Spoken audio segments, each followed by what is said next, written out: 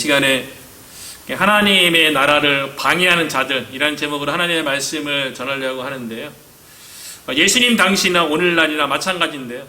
하나님의 나라의 일을 하려고 하면 뭔가 은혜 받고 또 하나님 앞에 충성되이 살려고 하면 꼭 사단의 공격이 있고 또 방해받는 일들이, 우리의 마음을 흔드는 일들이 꼭 있기 마련이에요. 예수님도 하나님의 아들 메시아로 세상 가운데 선포된 다음에 공생활을 시작하기 전에 광야에서 40일 동안 마귀에게 공격을 받았고요. 하나님의 일을 시작하기 전에 사단의 공격이 있었던 거죠. 반면에 말씀으로 사단의 유혹을 이겨냈을 적에 또 천사들이 예수님을 수정된 것을 볼 수가 있는데요. 하나님의 일을 할 적에 방해하는 세력도 있고요. 또 하나님의 일을 할 때에 누군가는 또 이렇게 도와주고 섬기고 헌신한 일도 생기는데요. 지난주에는 예수님께서 이 땅에 오신 목적이 하나님의 나라를 위해서 오셨고 또 하나님의 이 나라를 세워가는 데 있어서 예수님 홀로 감당한 것이 아니라 예수님과 함께하고 전도도 하게 하고 귀신을 쫓게하는 권능도 주기 위해서 12 제자를 세웠어요. 이제 예수님께서 본격적으로 예수님이 홀로 감당했던 하나님의 나라의 사역을 제자들과 함께 감당하려고 하는데요. 오늘 본문에도 보면 예수님의 사역에 대해서, 하나님 나라의 일에 대해서 헌신하는 사람도 있고요. 반면에 방해하는 사람들도 있었다는 거예요. 그러니까 하나님의 일을 한다고 해서 하나님께서 우리를 붙들어 주시고 우리의 도움 되시기 때문에 모든 일들이 순탄하게 되어지는 것이 아니라 하나님의 일을 할 때 반드시 방해하는 일들도 있고 또 반면에 또 이렇게 긍정적으로 함께하고 또 섬기는 손길이 있다는 것을 오늘 본문에서 발견하게 되는데요. 먼저 12 제자를 부르신 이후에 하나님의 나라의 이 사역이 또 확장되는 거죠. 본격적으로 이루어지려 할 적에 예수님의 사역에 대해서 적극적으로 헌신한 사람들이 있었어요. 그 사람들이 누구냐면 예수님의 제자 중에 한 명인 베드로의 가족이 아닌가 그렇게 예상이 되는데요. 20절에 보니까요. 집에 들어가시니 예수님께서 갈릴리에서 누군가의 집에 들어가셨어요. 그런데 마가복음 1장과 2절에 보면 예수님께서 베드로의 장모의 열병을 고쳐준 이후에 베드로의 장모가 예수님을 수종 들었거든요. 그 얘기를 보면 이 집은 아마 베드로와 안드레의 집이 아니겠는가. 그래서 예수님께서 갈릴리에 있는 베드로의 집에 들어갔을 때요. 무리가 예수님 주변에 많이 모이기 시작했어요. 왜냐하면 예수님께서 모든 병자들의 병을 고쳐주시고 또 귀신 들린 자들에게서는 귀신을 쫓아주는 이 사역에 대해서 소문이 유대 전 지역에 퍼졌던 것 같아요. 그래서 예수님으로 인해서 고침을 받기 위해서, 예수님으로 인해서 회복되기 위해서, 은혜를 누리기 위해서 많은 사람들이 집에 몰려드는 거예요. 쉬운 일은 아니죠. 하나님의 나라 이 사역, 일 감당하는데 베드로의 가정에서 자기 집을 내어놓는다는 것 쉬운 일이 아니잖아요. 많은 사람들이 그 집에 몰려드는데요. 그리고 보니까 얼마나 많은 사람들이 몰렸는지 식사할 겨를도 없는지라 이렇게 표현된 거 보면 이 베드로의 집에서 예수님뿐만 아니라 예수님을 따라다니는 제자들의 식사들까지 챙겨주려고 했던 것 같아요. 식사를 준비했는데 식사할 겨를이 없을 정도로 많은 사람들로 인해서 예수님의 사역이 바빴음을 알 수가 있는 거죠. 이전에 마가복음 2장에 베드로의 장모가 열병에서 고침을 받았을 때요, 그 본문에 보니까 여자가 그들에게 수종든이라고 기록되어 있거든요. 그들에게, 예수님에게 수종든 게 아니라 예수님의 은혜를 입었기 때문에 예수님에게만 섬긴 게 아니고 그들에게 수종드니라. 이걸 보니까 예수님과 함께 했던 12 제자들도 함께 섬겼다는 것을 볼 수가 있죠. 그러니까 이걸 보면 하나님의 나라에 헌신하고 순종하는 자들은 하나님의 은혜를 입은 자들에 의해서 이루어진다는 것을 볼 수가 있죠. 베드로의 집이 예수님의 은혜를 입으니까요, 집도 많은 사람들이 예수님 만나고 고침받을 수 있도록 집도 내어주는 헌신을 하게 되고요, 식사도 준비하는, 그래서 예수님의 사역을 통해서 하나님의 나라가 확장되도록 그렇게 베드로의 가정이 쓰임받은 것을 볼 수가 있는데요, 저와 여러분도 하나님의 나라 확장되는 데 있어서 먼저 은혜가 필요한 것 같아요. 베드로의 장모가 열병에서 고침받는 예수님으로부터 은혜를 누리게 되니까 자연스럽게 은혜 받은 자가 하나님의 나라를 위해서 헌신도 하고 섬김도 있고 자기 희생도 하고 내 것을 내어놓는 그런 은혜가 있게 되는 거죠. 저와 여러분에게도 하나님 나라를 위해서 우리가 하나님의 은혜를 누리고 그 은혜로 인해서 하나님의 나라 확장되는데 쓰임받기를 축원합니다. 이렇게 하나님의 나라가 예수님께서 부르신 12 제자와 더불어 그 사역이 잘 진행되면 좋죠. 그런데 하나님의 나라에 헌신된 자들보다도 방해하는 자들이 더 많은 것을 보게 되는데요, 하나님의 나라에 대해서 세 부류가 이제 방해를 하는데, 첫 번째 사람은 어떤 사람이냐면 소극적으로 하나님의 나라의 일에 대해서 방해하는 사람들이 있었어요. 근데 그 사람들이 어떤 사람이냐면 뜻밖이에요. 예수님의 친족들이에요. 내 가족이 예수님의 사역을 방해하고 있어요. 인간적인 마음 때문에, 가족이라는 마음 때문에 예수님의 사역에 실제로 본 마음에서는 방해한다는 걸 몰랐는데 인간적인 마음 때문에 예수님의 사역에 대해서 방해하게 되는데요, 21절에 보니까요, 예수의 친족들이 예수님 주변에 있는 가까운 친척들과 가족을 얘기하는 거예요. 예수님 주변에 있는 사람들이요, 예수의 친족들이 듣고 뭘 들었는지 이제 뒷부분에 나와요. 뭔가 예수님의 가족들과, 예수님에게는 아버지 요셉과 어머니 마리아가 있을 뿐만 아니라요, 성경에 예수님의 형제들로 언급된 이름이 여러 명 나와요. 야고보도 나오고 시몬도 나오고 유다도 나오고요, 여동생들도 있었던 것으로 보여요. 그리고 가까운 친척들도, 세례 요한도 사촌이죠. 가까운 친척들도 있었어요. 가족과 친척들이 예수님에 대한 뭔가 소문을 들었어요. 그래서 가족이 예수님에 대해서 염려하는 마음으로 그를 붙들러 나오니, 예수님을 붙들어 집으로 데려오려고 했어요. 어떤 소문을 들었냐면, 이는 그가 미쳤다 함이로라. 예수님의 가족이요, 주변에서 사람들이 이렇게 수근수근거리는 소문을 들었어요. 그런데 예수님께서 사역하시는 이 이야기가 많은 사람들에게 퍼졌는데, 그 소문이 무엇이었냐면 예수님이 미쳤다는 거예요. 미치광이라는 거예요. 가족 입장에서 예수님이 미쳤다고 주변에서 이렇게 소문을 내고 들려오는데, 그러다가 예수님이 주변 사람들로부터 봉변을 당하거나 안 좋은 일을 맞이할 수도 있잖아요.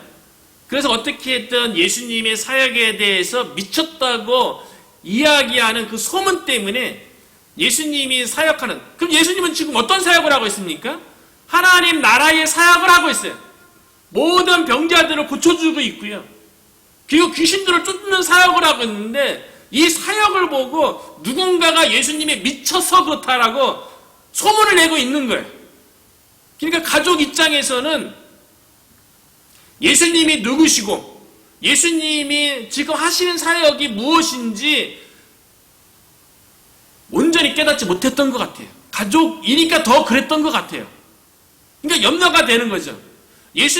마리아 같은 경우는 예수님을 잉태하고 태어날 때에 천사를 통해서 하나님의 아들 메시아로 성령에 의해서 잉태된다는 걸 알았지만 마리아 입장에서는 예수님을 낳고 어렸을 때부터 키웠고 성장하는 모든 과정을 봤잖아요. 형제들도 마찬가지예요.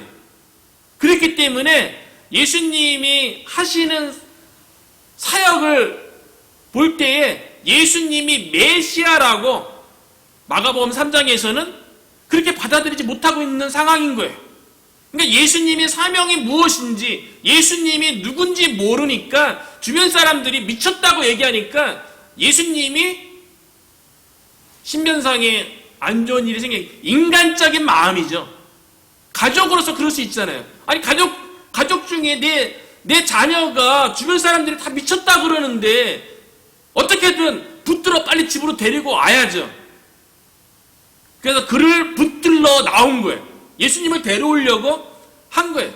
그런데 인간적인 마음 때문에 예수님이 누구신지 예수님이 사역이 무엇인지 모르니까 가족 입장에서는 돌보고 염려 가운데 행동한 거지만 실질적으로는 하나님의 나라의 일에 가족이 방해가 된 거예요. 이런 일들은 예수님 가족이 지금은 그렇죠. 나중에 예수님께서 십자가에 죽으시고 부활하신 이후에는 예수님의 가족들도 다 예수님 믿었어요. 그리고 초대교회에 크게 쓰임받았어요. 예수님의 동생 중에 한 명인 야고보는 예루살렘 교회의 감독이 되고 지도자가 되어서 선교 현장에서 일어나는 여러 가지 논쟁거리에 대해서 예루살렘 공회를 열어서 그 문제를 해결하기도 했고요. 그 야고보가 나중에 야고보서를 기록하고요. 그 예수님의 형제 중에 한 명인 유다는 유다서를 기록할 정도로 나중에는 가족들이 다 예수님을 믿고 예수님이 걸어갔던 그 길, 사역의 길 다 감당하게 되는데요. 마가복음 3장에서는 아직 예수님이 누군지 예수님의 사명이 무엇인지 깨닫지 못하니까 소극적으로 하나님의 일에 대해서 방해를 하게 된 거예요. 저도 처음에 예수님을 인격적으로 만나고 막 뜨겁고 장래 일에 대해서 진로에 대해서 기도할 때 하나님께서 목사로 이제 부르시는 것을 깨닫고 부모님에게 처음 얘기했을 때 부모님은 불신자니까 더 그렇죠. 더 하나님의 일에 대해서 깨닫지도 못하고 알지도 못하죠.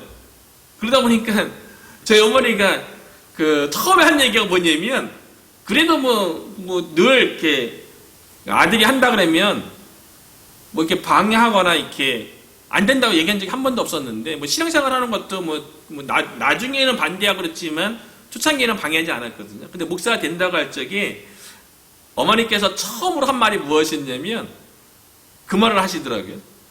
야, 너 목사 되면 가난하게 사는 거 아니니? 엄마로서 아들이 주변에서 보니까 목사님들 보니까 다 가난하게 산 거예요. 어머니는 시골에서 시골교회 목사님을 봤으니까요. 가난하게 사는 모습을 보고서 가난하게 살 것에 대해서 염려가 됐던 거예요. 안 믿는 사람도 그래요. 어떻게 하나님의 일에 대해서 사명에 대해서 깨달을 수 있겠어요? 예수님을 믿어도요. 요즘도 그럴 거라고 생각되어지는데 이전에는 신앙생활 잘하는 사람도 오래 한 사람도 자녀가 목회자의 길을 가거나 선교사의 길을 간다 그러면 왜 하필이면 너냐고 그렇게 얘기한다고 하잖아요.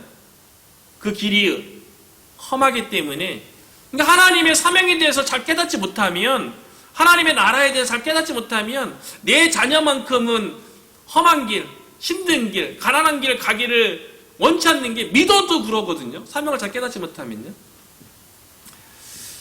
몇 주 전에 그 은퇴자 목사님들 그 모임에서 한 그 사모님의 뭐 이렇게 차 안에서 이렇게 운전해주고 오는 가운데 차 안에서 그 이야기하는데, 뭐 저도 올랜도에서 사역할 적에 그 멕시코 치아파스라는 곳에 이제 단기 선교 갔다 왔어요. 그게 이제 그렇게 연관이 돼서 그 사모님이 그런 자녀들에 대해서 이야기를 해주더라고요. 그 자녀들이 잘 성장을 했어요. 그래서 아들들은 다 이제 뉴욕과 뉴저지에서 의사를 하고 있고, 딸도 공부를 잘해서 좋은 직장에 취업을 했는데요. 근데 어느 순간 하나님께서 선교사로 부르시는 그 사명을 자신의 딸이 깨달았다는 거예요.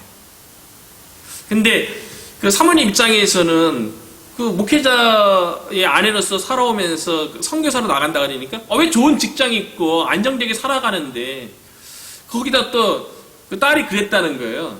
완전히 멕시코에서 선교 사역을 감당하기 위해서 미국에서의 모든 재산을 다 정리하고 여기에 뭔가 놔두고 가면 이제 마음이 온전히 멕시코 선교 사역에 쏟지 못할까봐, 그래서 미국에서의 모든 재산을 다 정리한 다음에요, 누군가의 도움을 받지 아니하고 그 돈을 가지고 자비량 선교사로 멕시코에 가갖고요, 커피 농장을 하면서 자비량으로 선교한다는 거예요. 그런데 그 사모님이 딱 그 얘기를 하더라고요. 딸이 선교사로 분을 받았다는데, 사명이 그렇다는데 내가 뭐 어떻게 해야겠냐고, 기도하고 그 딸을 위해서 섬기는 것밖에 더 있겠냐고. 참 성숙하죠.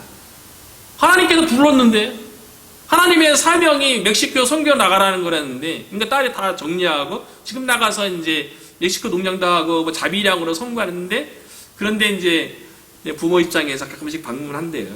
그리고 이곳에서는 기도하고 또 다른 또 자녀들의 후원을 받아서 딸 가서 또 이렇게 격려하고 그런다는 모습 보면서, 그렇죠, 사명을 깨닫지 못하면, 하나님을 깨닫지 못하면 어쩌면 인간적인 마음 때문에 예수님의 친족들처럼 예수님의 사역하는 거는 사람들이 미쳤다고 그러니까 집으로 붙들어 오려고 하는, 소극적으로 방해하는 일들을 할 수 있다는 거죠. 인간적인 마음 때문에. 또 예수님의 이 사역에 대해서, 하나님 나라 이해에 대해서 두 번째로 방해하는 사람들은 어떤 사람들이냐면요, 적극적으로 방해하는 사람이에요. 적극적으로. 소극적으로 알고 소극적인 방해는 잘 모르고, 예수님이 누군지 모르고 뭐 사명도 모르니까 이제 소극적으로 방해하는 거, 모르고 방해한다면요, 두 번째 불의의 사람은 적극적으로 하나님의 나라의 일을 방해하는 사람들인데, 종교 지도자들이에요. 구체적으로 서기관들입니다. 율법을 연구하고 율법을 가르치는 율법학자들, 서기관들에 의해서 적극적으로 하나님의 나라의 일을 방해하는 거예요. 그래서 22절에 보면요, 예루살렘에서 내려온 서기관들은, 예수님은 지금 갈릴리에 있잖아요. 그 당시에 중심도시는 예루살렘이죠. 예루살렘은 종교의 도시이고 예배의 중심지이고 하나님 중심의 도시예요. 그 예루살렘 중심으로 율법이 연구되어지고 율법이 가르치고 종교 지도자들 다 예루살렘에 있어요. 그런데 그 예루살렘에서 서기관들이 갈릴리로 내려왔어요. 예수님의 사역이 유대 전 지역에 퍼졌는데요, 아마도 예루살렘에 있는 종교 지도자들의 모임인 산헤드린 공회에서 예수님의 사역에 대해서 논의가 된 것 같아요. 그리고 예수님의 사역에 대해서 판단을 내렸는데요, 종교 지도자들, 하나님을 적극적으로 섬기고 하나님에 대해서 가르치고 하나님의 말씀에 대해서 가르치는 이 종교 지도자들이 예수님의 사역에 대해서 평가를 내렸어요. 판단을 했어요. 그 결과가 무엇이냐? 그 결과를 가지고 서기관들이 갈릴리로 내려오는 거거든요. 예수님의 사역에 대한 판단, 결과가 무엇이냐면요. 22절 후반부에 보니까 예루살렘에서 내려온 서기관들은 그가 예수님이 바알세불이 집혔다며, 예수님에게요. 바알세불은 그 당시에 파리의 왕, 주인, 이런 의미를 가지고 있어요. 그 당시에 바알세불은 사탄으로 유대인들은 생각을 했어요. 예수님이 바알세불에 집혔다. 오늘 요즘 말로 하면 사탄에게 씌었다는 거예요. 예수님이 씌었다. 바알세불이 집혔다. 또 귀신의 왕을 힘입어 귀신을 쫓아낸다? 아니, 바알세불이 귀신의 왕이에요. 예수님이 귀신 쫓는 이 사역에 대해서 하나님을 섬기는 종교 지도자들에 의해서 예수님이 귀신의 왕의 힘을 입어서 귀신을 쫓아낸다고, 이걸 보니까 예수님의 친족들이 그가 미쳤다고 그 소문을 들은 그 근원지가 어딥니까? 예루살렘에 있었던 종교 지도자들이 만들어낸 거예요. 예루살렘에서 하나님을 섬기는 그곳에서요, 하나님의 사람들이 하나님을 위한다는 명분으로, 하나님의 이름으로 예수님의 사역에 대해서 귀신 들렸다고 그렇게 얘기하는 거예요. 그 주변에, 그래서 예수님 미쳤다라고 돌더러기요. 종교 지도자들이 왜 그런 판단을 했겠어요? 예수님이 누구신지에 대한 관심 있는 게 아니에요. 알려고 하지도 않아요. 종교 지도자들이 왜 예수님의 사역에 대해서 귀신 들렸다, 귀신의 왕의 힘으로 귀신을 쫓는 거다라고 왜 그렇게 판단 내리고 주변에다가 소문을 냈을까요? 종교 지도자들이 자신들이 가지고 있는 지위와 신분에 대한 정치적인 이득, 경제적인 이득 때문에 종교 지도자들이 예수님을 메시아로 인정하고 예수님을 믿게 되면 자신들이 지금 누리고 있는 경제적 이익, 정치적 이익을 잃을까봐 더 악하죠. 하나님을 위한다는 명분으로, 하나님의 이름으로 실질적으로 하나님의 나라의 사역을 감당하는 예수님에 대해서 미쳤다, 귀신 들렸다, 귀신의 왕의 힘으로 귀신을 쫓는 거다라고 예수님에 대해서 비방하고요. 예루살렘에 있는 그 종교 지도자, 그 사내들인 공회에서 서기관을 보내갖고 예수님을 어떻게 하려고 좀 그러고 있는 거예요. 적극적으로 하나님의 나라에 대해서. 그런데 이 서기관들의 말은 하나님의 말씀을 위해서, 하나님의 나라를 위해서 그런다고 하나님의 이름으로 얘기하지 않겠어요? 원래 종교 지도자들이 예수님의 사역이 원래부터 마음에 안 들었죠. 예수님이 중풍병자를 고치면서 죄 사함을 받았느니라 막 이런 말씀을 하시지 않나. 예수님이 하나님 자신인 것처럼 얘기하기도 하고, 안식일에 손 마른 자를 고쳐줘서 안식일에 일하는 것처럼 보였기도 했고요. 그러니까 종교 지도자 입장에서는 그 자신들의 입지를 더 굳건하기 위해서 예수님이 그냥 싫은 거예요. 자신의 이득을 위해서 하나님의 이름을 팔아서 예수님을 비난하고 있다는 거죠. 적극적으로 예수님에 대해서, 예수님이 하시는 하나님 나라 일에 대해서 방해하는 거죠. 되게 모순돼 보이지 않습니까? 서기관들, 말 그대로 율법 학자들인데, 어쩌면 오늘날에도 신앙생활 가운데, 우리 가운데 그런 모습도 있을 수 있겠다는 걸 생각을 해봐요. 내 이익에 손해되는 것 때문에 내가 뭔가 이득 보지 못하는 것 때문에 하나님의 이름을 팔아가면서 마치 하나님을 위하는 것처럼, 사실은 자기 이득을 챙기는 건데 하나님의 이름으로 누군가를 판단하고 정죄하는 일들이 오늘날 교회에서는 없냐는 거죠. 충분히 있을 수 있죠. 내가 좀 손해보는 것 때문에 사실은 본인 손해보는 게 싫어서 이야기하는 건데, 서기관들처럼 마치 하나님의 나라를 위한 것처럼, 하나님의 말씀을 온전히 순종하기 위한 것처럼 말은 그렇게 했지만 실제로는 본인들 이득 없어질까봐 사실은 예수님을 비난하고 책망하는 거 아니겠어요? 서기관들이 갈릴리에 와서 예수님을 불러 세웠어요. 그런데 그렇게 적극적으로 하나님의 나라에 대해서 방해하는 이 서기관들에게 예수님께서는 비유를 통해서 그들에게 이해하기 쉽게 그들을 설득하게 되는데요. 23절에 보면 이렇게 이야기하는 거예요. 예수께서 그들을 불러다가 비유로 말씀하시되. 잘못된 판단을 가지고 온 이 서기관들에게 예수님께서 무조건 자기 자신을 믿으라고 그렇게 얘기한 게 아니라, 우리가 신앙생활 가운데 예수님의 비유를 통해서 보편 타당한 논리를 가지고 설득하는 모습도 필요한 것 같아요. 무조건 믿으면 돼, 이게 아니라 예수님 자기 자신에 대해서 내가 하나님의 아들 메시아니까 자신의 사역이 합당하니까 나를 믿으라, 이렇게 설득한 게 아니고요. 이게 논리로 이렇게 아주 쉬운, 그래서 비유로 말씀하시는데요.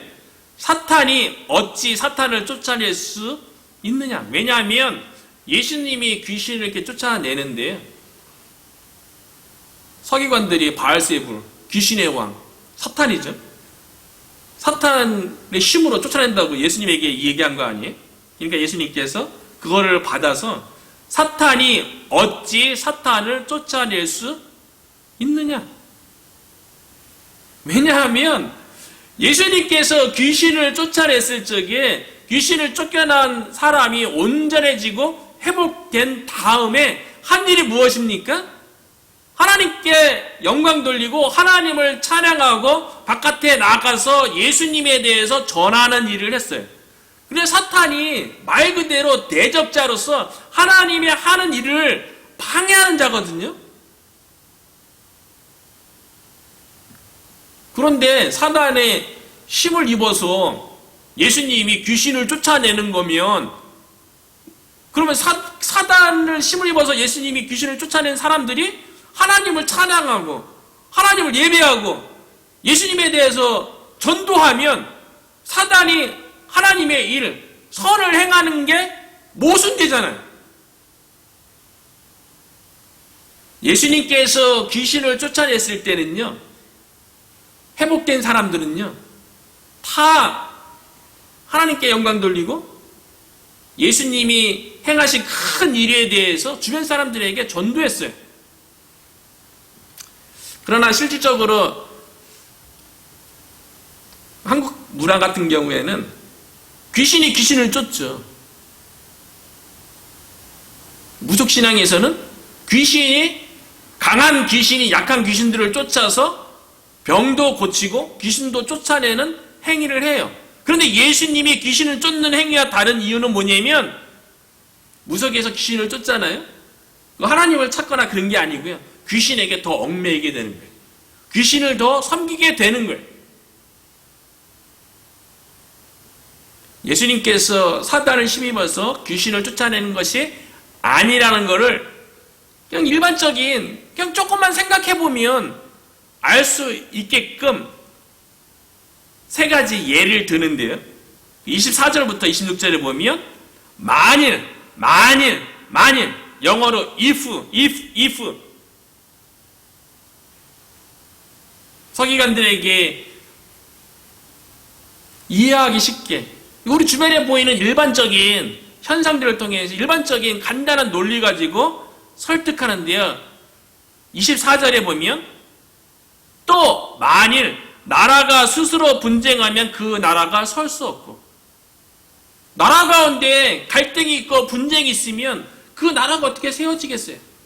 그 나라가 다른 나라와 전쟁을 일으킬 적에 어떻게 승리할 수 있겠어요? 나라 가운데 분쟁이 있으면 그 그 나라가 세워지지 않는 것은 서기관들도 이스라엘의 역사를 통해서, 주변 이웃나라의 역사를 통해서 충분히 알고 있고 목격한 바이잖아요. 일반적인 간단한 논리 아닙니까? 그런데 어떻게 사단을 쫓아낼 수 있냐는 거예요. 사단의 나라 가운데 어떻게 분쟁이 있을 수 있냐는 거예요. 그 두 번째 예에서는 만일 더 좁은 범위 내에서요, 만일 집이 스스로 분쟁하면 그 집이 설 수 없고, 집도 마찬가지죠.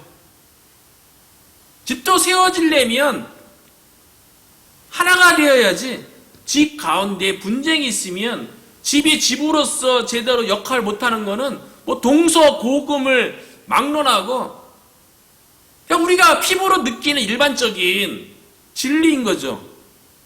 그래서 뭐 동양 문화권에서는 가화만사성, 하나님의 말씀이 아니더라도 가화만사성, 집안이 평안해야지 모든 일이 태평하다, 모든 일들이 잘 된다, 집안이 화평할 것에 대해서 동양 문화권에서, 우리나라에서도 이야기하지 않습니까?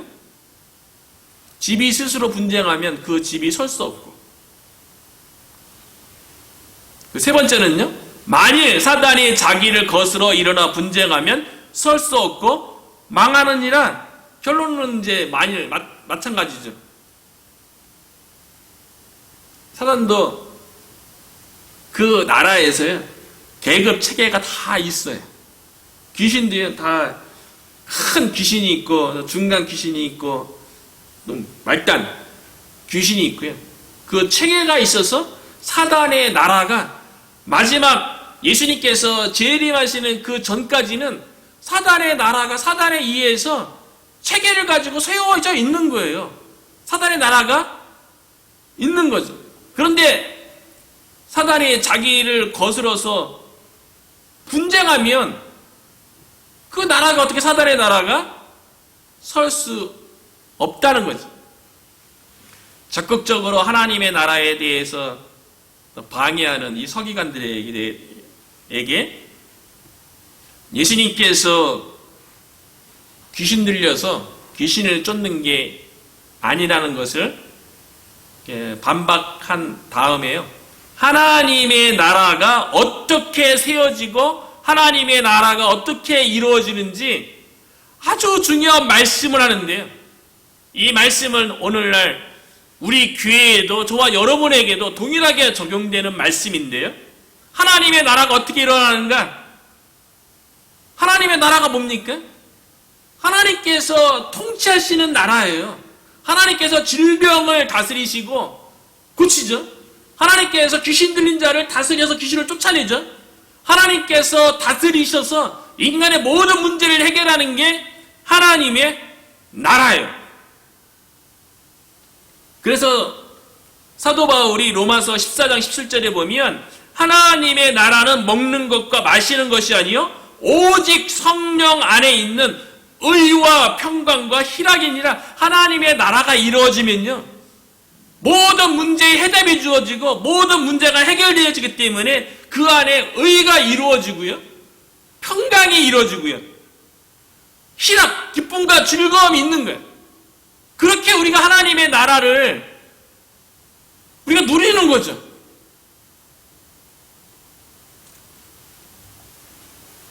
하나님의 나라가 어떻게 세워지는지 방법에 대해서 27절에 이야기하는데요, 너무나도 중요한 말씀 같아요. 우리가 한 목소리로 참 읽으면 너무나도 좋을 것 같아요. 함께 읽어보겠습니다. 시작. 사람이 먼저 강한 자를 결박하지 않고는 그 강한 자의 집에 들어가 세간을 강탈하지 못하리니 결박한 후에야 그 집을 강탈하리라. 사람이 누구겠어요? 예수 그리스도예요. 예수 그리스도가 먼저 강한 자를 결박하지 않고는, 여기서 강한 자는 누구냐면요, 사탄, 마귀예요. 예수님께서 먼저 사탄 마귀를 결박하지 않고는 그 강한 자의 집을 들어가서 세간을 강탈하지 못한다는 이 말씀이요.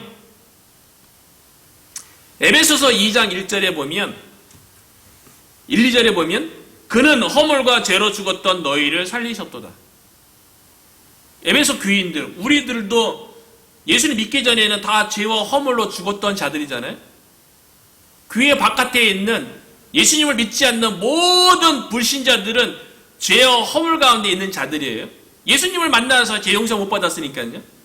그런 자들의 영적인 상태가 어떠하냐면 그때에 너희는 그 가운데서 행하여 이 세상 풍조를 따르고 공중의 권세 잡은 자를 따랐으니 곧 지금 불순종의 아들들 가운데서 역사하는 영이라. 예수 믿지 않는 사람들의 마음속에는요, 누가 역사한다고요? 지금 불순종의 아들들 가운데 역사하는 영, 공중권세 잡은 자, 사단이 모든 불신자의 영혼을 붙잡고 있는 거예요. 그렇기 때문에 하나님의 나라가 확장되려면 세상에 있는 사람들의 마음속에 하나님의 나라가 이루어지려면 그 사람들의 마음속에 사단이 이렇게 붙잡고 있는 게 있다니까요. 그 세상 풍조를 따르게 하잖아요. 그것이 사단에 의해서 질병으로 나타나기도 하고 귀신 들림으로 나타나기도 하고 사탄으로 인해서 고통 가운데 있게 하는 여러 가지 일들이 있죠. 하나님의 나라가 이루어지게 하기 위해서 먼저 강한 자를 결박해야 된다는 거예요.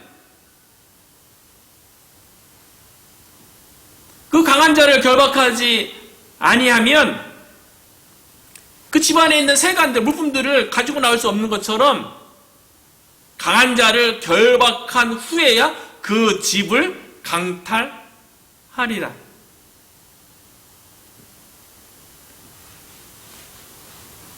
강한 자, 사탄 마귀를 결박하지 않고서는 어떠한 영혼도 얻을 수 없다는 거예요.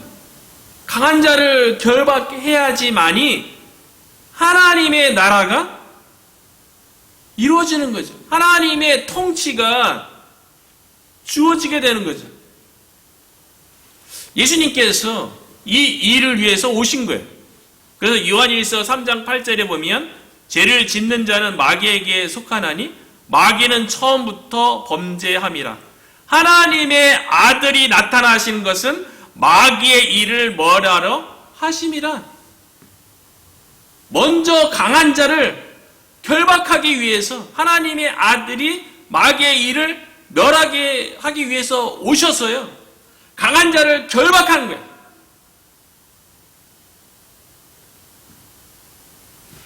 우리가 예수 그리스도의 이름으로 사탄 마귀를 결박한 이후에야 잃어버린 한 영혼을 예수의 이름으로 얻고 구원을 얻게 되는 줄로 믿습니다. 그렇게 하나님의 나라가 확장되는 거예요. 이 강한 자가 어떻게 마음을 사로잡고 있을까요? 세상 풍조들을 에베소서는 얘기하기도 하는데 우리 주변에 있는 사람들, 예수 안 믿는 사람들, 그 마음을 붙잡고 있는 그 강한 자의 유혹이 다 있는 거죠. 거기에 다 묶여 있는 거죠. 우리가 그 강한 자를 어떻게 결박할 수 있겠어요? 우리의 힘으로 되는 게 아니에요.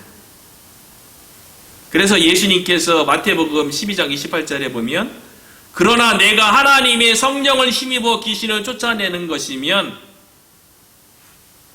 서기관들이 얘기했던 귀신의 왕 바울세불의 힘을 입어서 귀신을 쫓아내는 게 아니죠. 예수님께서는 하나님의 성령을 힘입어 귀신을 쫓아내는 것이면 하나님의 나라가 이미 너희에게 임하였느니라. 하나님의 나라가 어떻게 이루어진다고요? 하나님의 성령을 힘입어서 강한 자를 결박할 수 있다는 거예요. 우리가 늘 성령 충만하기를 축원합니다. 성령에게 사로잡혀야 돼. 성령의 심을 우리가 입을 때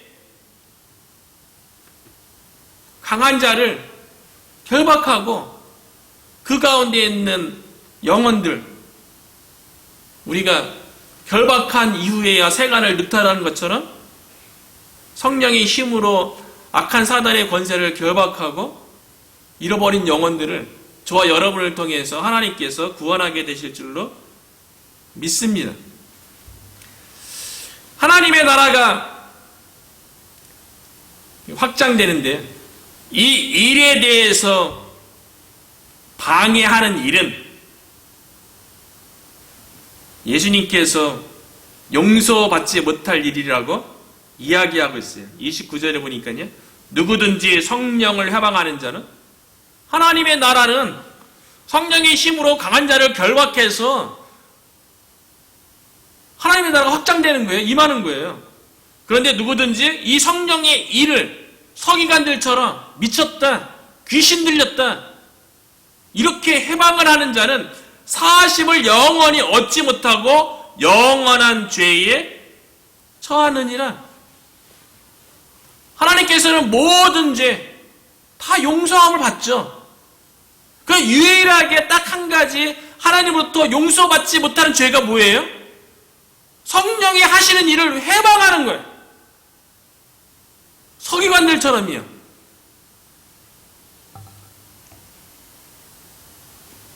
그것도 영원히 죄에 처하느니라. 영원히 용서받지 못할 것에 대해서 이야기하는데, 저 여러분이 하나님의 부르심을 받아서 하나님의 나라가 이 몽고메리 카운티 가운데 우리 교회를 확장되기 위한 계획으로 우리가 이곳에 있는 줄로 믿어요. 하나님의 나라 일을 할 때에 여러 가지 모양으로 방해하는 일들이 나타난다는 거예요. 소극적인 방해도 있고 적극적인 방해도 있고 사태처럼 그 마음속에서 적대적으로 방해하는 일들이 있다는 거예요. 저와 여러분이 성령의 힘을 입어서 성령 충만해서 강한 자를 결박하고 입어버린 영혼들을 얻고 회복시키고 하나님 나라 확장과 주의 몸된 교회가 세워지는데 저와 여러분이 온전히 쓰임받게 되기를 주의 이름으로 축복합니다.